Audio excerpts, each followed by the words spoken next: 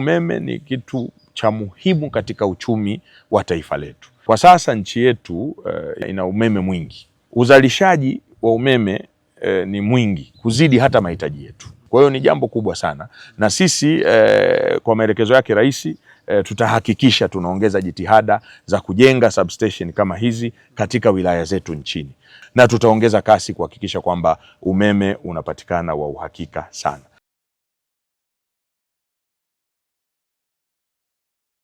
TANESCO inaendelea kubadili nguzo zilizokuwepo za miti, lakini sio kubadili tu nguzo za miti. TANESCO inaendelea kusambaza umeme katika maeneo mbalimbali ya nchi yetu ambayo umeme ulikuwa hujafika.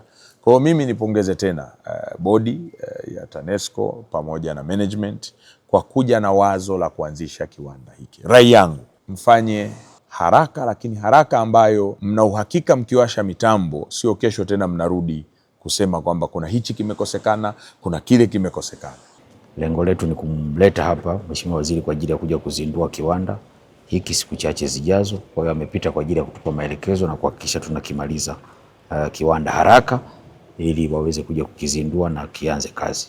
Tumepokea maelekezo ya Mheshimiwa Waziri kuanzia kwenye kituo cha kupoza umeme kuhakikisha tunatunza miundombinu, lakini tunahakikisha sasa kituo kimeanza kazi, basi changamoto za umeme za Kaliwa na Urambo zinaondoka, tunawasogelea wateja vizuri. Kwa hiyo kwetu kama wakazi wa Tabora ni shukrani sana, na kupitia swala hili ni kwamba tunaahidi kwamba kuendelea kuutunza kama viongozi wa eneo hili, kuhakikisha kwamba mradi huu unakamilika kwanza kwa wakati kama ambavyo umeahidiwa hapa, lakini pia kuutunza sasa udumu kwa vizazi vijavyo.